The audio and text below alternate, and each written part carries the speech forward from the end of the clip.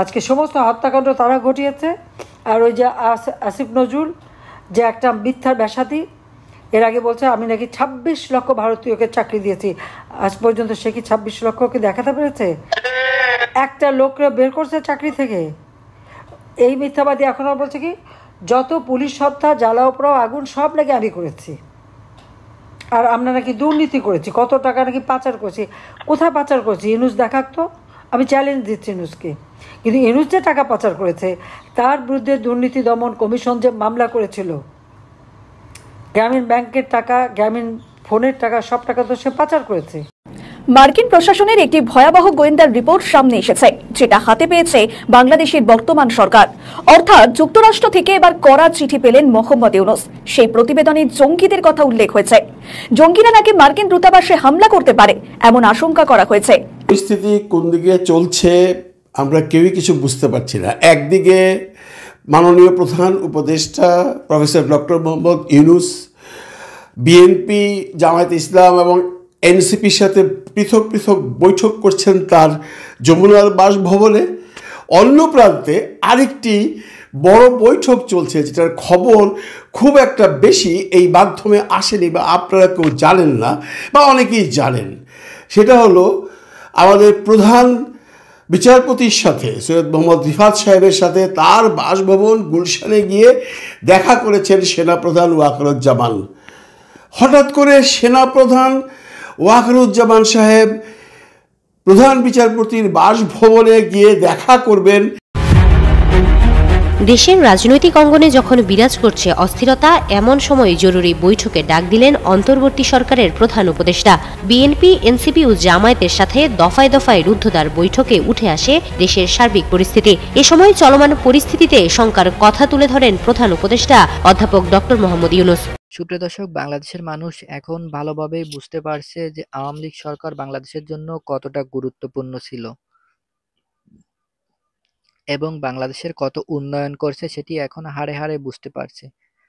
আওয়ামী লীগ সরকারের কিছু নেতাকর্মী হয়তো বা 15 বছরে 200-300 কোটি টাকা আত্মসাৎ করছে, সেখানে বাংলাদেশের অন্তর্বর্তীকালীন সরকার এবং উপদেষ্টারা মাত্র 1 বছরে এক একজন 500-700 কোটি টাকার মালিক হয়ে গেছে। আসিফ মাহবুবের বাড়ি থেকেও অনেক টাকা পাওয়া গেছে এবং 2 দিন ক্ষমতায় এসেই যদি এত টাকার মালিক হতে পারে, তাহলে এরা যদি আরো 5 বছর ক্ষমতায় থাকে, তাহলে বাংলাদেশটাই হয়তো বা কোনো একদিন বিক্রি করে দিয়ে বিদেশে চলে যাবে। এখন বাংলাদেশের মানুষ ভালোভাবেই বুঝতে পারছে বাংলাদেশের মানুষ কতটা ভুল করছে, কিন্তু এখন কোনো কিছুই করার নেই। দর্শক, এই বিষয়ে আজকের ভিডিওটি হতে চলেছে। অবশ্যই ভিডিওটি যারা অন করেছেন তাদেরকে বলবো ভিডিওটি সম্পূর্ণ দেখার অনুরোধ রইল। তাহলে চলুন আর কথা না বাড়িয়ে আজকের মূল ভিডিওটি শুরু করা যাক। বাংলাদেশ এখন পুরোপুরি এক অস্থির সময়ের মধ্য দিয়ে যাচ্ছে। দেশটির এখন এমন এক অবস্থা, তাদের সরকার কে চালাচ্ছে সেটি সরকারের লোকেরাই জানে না। 24 ঘন্টার ব্যবধানে দেশের 3টি বিশ্ববিদ্যালয়ে ভয়াবহ সংঘর্ষ হয়েছে। সরকারের মিত্রদের মব সন্ত্রাস ঠেকানো নিয়ে সেনাবাহিনীর সাথে সরাসরি দ্বন্দ্বে জড়িয়ে পড়েছে ইউনূস ঘনিষ্ঠরা। এ কারণে 3টি বিশ্ববিদ্যালয়ে ভয়াবহ সংঘর্ষ হলেও আইন শৃঙ্খলা বাহিনী দীর্ঘক্ষণ নীরব দর্শকের ভূমিকায় থেকেছে। জাতীয় পার্টি ইস্যুতে গেম খেলতে গিয়ে রাজনৈতিক পরিস্থিতিতে ভজগটা বানিয়ে ফেলেছে ডক্টর ইউনূসের মিত্ররা। সেনা দপ্তর থেকে কড়া বার্তা গেছে অধ্যাপক ইউনূসের দপ্তরে। পরিস্থিতি এতটাই গুরুতর যে অধ্যাপক ইউনূস তার মিত্রদের একাংশকে দিয়ে আরো একবার পদত্যাগের নাটক করতে পারেন। সামাজিক মাধ্যমে ছড়িয়ে দেওয়া হতে পারে অধ্যাপক ইউনূস আর থাকতে চান না এমন বার্তা। কিন্তু সূত্রগুলো বলছে সেনাবাহিনীর সাথে দ্বন্দ্বের কারণে ইউনূস ঘনিষ্ঠ একটি শক্তপক্ষ ইউনূসের বিপক্ষে চলে গেছে। পরিস্থিতি গুরুতর হওয়ার আগেই করণীয় ঠিক করতে এবং আইনি প্রক্রিয়া যাচাই করতে সেনাপ্রধান জেনারেল ওয়াকারুজ্জামান বৈঠক করেছেন দেশটির প্রধান বিচারপতি সৈয়দ রিফাত আহমেদের সাথে। সূত্রগুলো বলছে জাতীয় পার্টি ইস্যুতে আরো বাড়াবাড়ি করতে পারে সরকারি মিত্ররা। অন্যদিকে মব সন্ত্রাসের কারণে দেশের আইন শৃঙ্খলা পরিস্থিতি আরো করুণ হতে পারে, ফলে ঘটে যেতে পারে অপ্রত্যাশিত কিছু। চিঠি নিয়ে সারা দেশে তুমুল আলোচনা হচ্ছে। বিদেশে যেখানে বাংলা ভাষাভাষীর বাংলাদেশের লোকেরা আছেন সেখানেও এটি নিয়ে তুমুল চর্চা হচ্ছে। অনেকেই আমার সঙ্গে যোগাযোগ করেছেন, কথা বলেছেন। আমি তো আসলে তত বিস্তারিত তাদেরকে বলতে পারিনি। কেন পারিনি সেটি আগের ভিডিওতে আমি বলেছি। এখন কিছু আপডেট আছে, কিছু তথ্য যেগুলো নিয়ে আপনাদেরও চিন্তাকে আসলে জাগ্রত করবার জন্য বা আপনারা যেন চিন্তা করতে পারেন সেই কারণে কিছু তথ্য আপনাদের সামনে তুলে ধরতে চাই। দর্শক, আপনারাই বলুন, প্রধান উপদেষ্টার সম্মতি ছাড়া সেনাপ্রধান এ ধরনের একটি বৈঠক করতে পারেন কিনা, বৈঠকে যেতে পারেন কিনা, অর্থাৎ প্রধান বিচারপতির সাথে সরাসরি তিনি দেখা করতে পারেন কিনা। এখানে তো প্রোটোকলের একটা ব্যাপার কিন্তু থাকে, প্রধান বিচারপতির প্রোটোকল এবং সেনা প্রধানের প্রোটোকল বিস্তর ফারাক আছে, এটা আপনারা জানেন।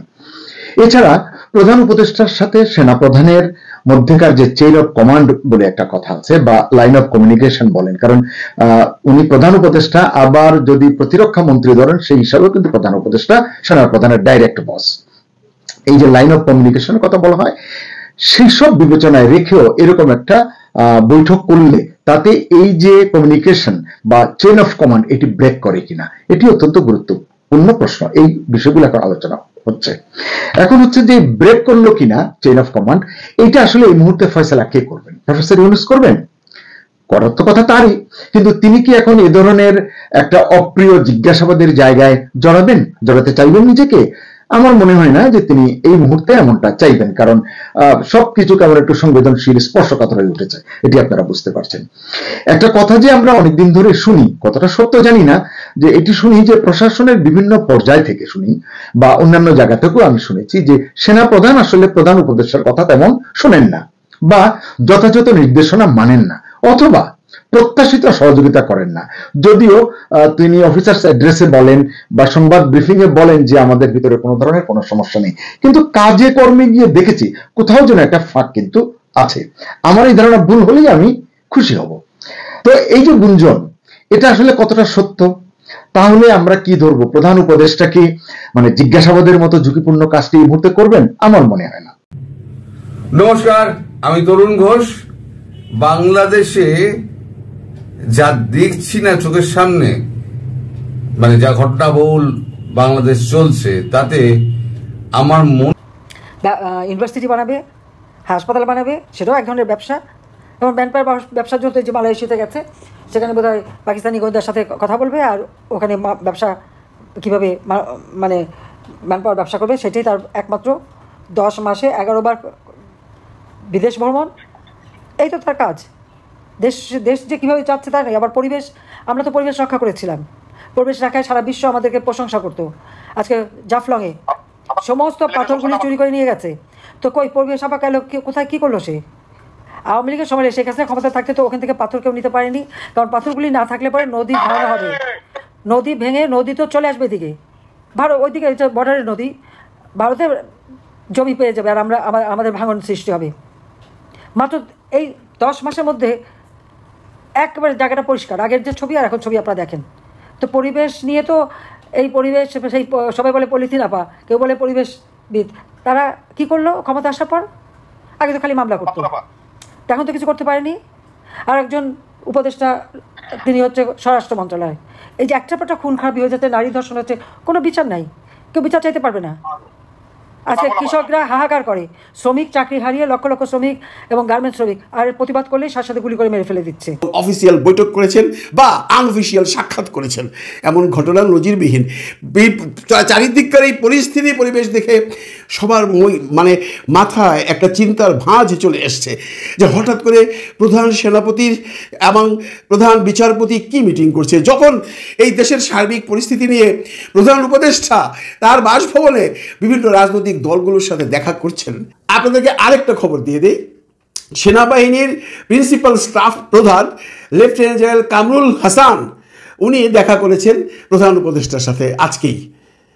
এখানে প্রধান সেনাপতি আসেননি, মানে ওয়াকারুজ্জামান সাহেব আসেননি, উনি ওনার প্রিন্সিপাল স্টাফ অফিসারকে পাঠিয়েছেন। প্রিন্সিপাল স্টাফ অফিসার দেখা করেছেন প্রধান উপদেষ্টার সাথে। যদি এই প্রিন্সিপাল স্টাফ অফিসার সরাসরি প্রধান উপদেষ্টা বা প্রধানমন্ত্রীর সাথে জড়িত বা তারই আন্ডারে ওনারা দেখা সাক্ষাৎ করতেই পারেন, কিন্তু সেটা আজকেই কেন? যখন ওই সময়ে প্রধান সেনাপতি মানে ওয়াকারুজ্জামান সাহেব যখন প্রধান দেখা করছিলেন, সেম টাইম প্রিন্সিপাল স্টাফ প্রধান উপদেষ্টার সাথে দেখা করছেন। তার মানে কি, আমরা কি আলামত পাচ্ছি? দেশের রাজনৈতিক অবস্থা ভালো নয়। আমার মনে হয় না আর কোনোভাবেই আমাদের প্রাণপ্রিয় প্রফেসর ডক্টর মোহাম্মদ ইউনূস টিকতে পারছেন।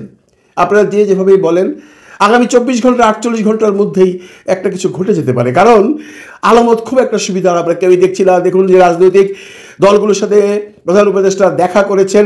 আমরা জামায়াত ইসলামের নায়েবে আমিরের সাথে সাক্ষাৎকার দেখলাম, কোনো আশাবাদ ব্যক্ত হয়নি ওখানটায়। এমনকি বিএনপি থেকে এখন যে স্পষ্টত ভাষায় কথা বলা হচ্ছে যে আমরা পিআর পদ্ধতিতে নাই, আমরা সংবিধানে